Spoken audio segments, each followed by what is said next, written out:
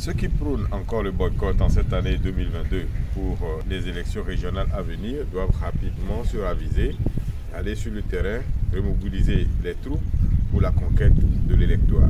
Chaque parcelle de pouvoir est à conquérir et le rôle d'un parti politique, c'est la conquête et l'exercice du pouvoir, comme nous le savons tous. Aujourd'hui, nous sommes tous d'accord, nous sommes unanimes là-dessus pour reconnaître que le boycott des élections législatives de 2018 a été une erreur. Une grave erreur de la part de l'opposition regroupée au sein de la C14 à l'époque. L'Assemblée nationale issue de ces élections législatives est unique en son genre. C'est dans la presse, sur les médias sociaux, que nous apprenons régulièrement qu'une loi a été modifiée, qu'une autre loi a été prise dans le compte des Togolais. C'est une situation qui doit nous faire réfléchir à bien des égards. Il convient de faire deux observations. La première, c'est qu'avec les législatures précédentes, les deux dernières, nous étions au courant régulièrement des lois qui étaient discutées à l'Assemblée nationale, des propositions de loi, ainsi de suite. Aujourd'hui, on est au courant de rien.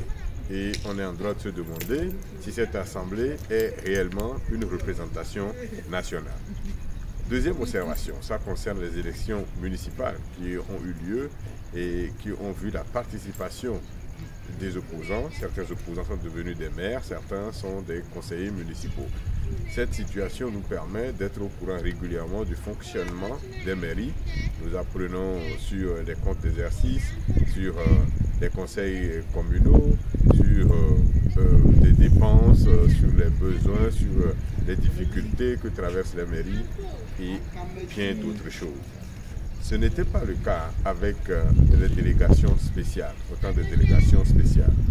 Et tout ça, ce sont des avancées et nous ne devons donc pas tout laisser dans les mains du parti au pouvoir. Il faut faire un marquage à la culotte. Chaque parcelle de pouvoir est à conquérir. Nous ne devons pas retomber dans les mêmes travers.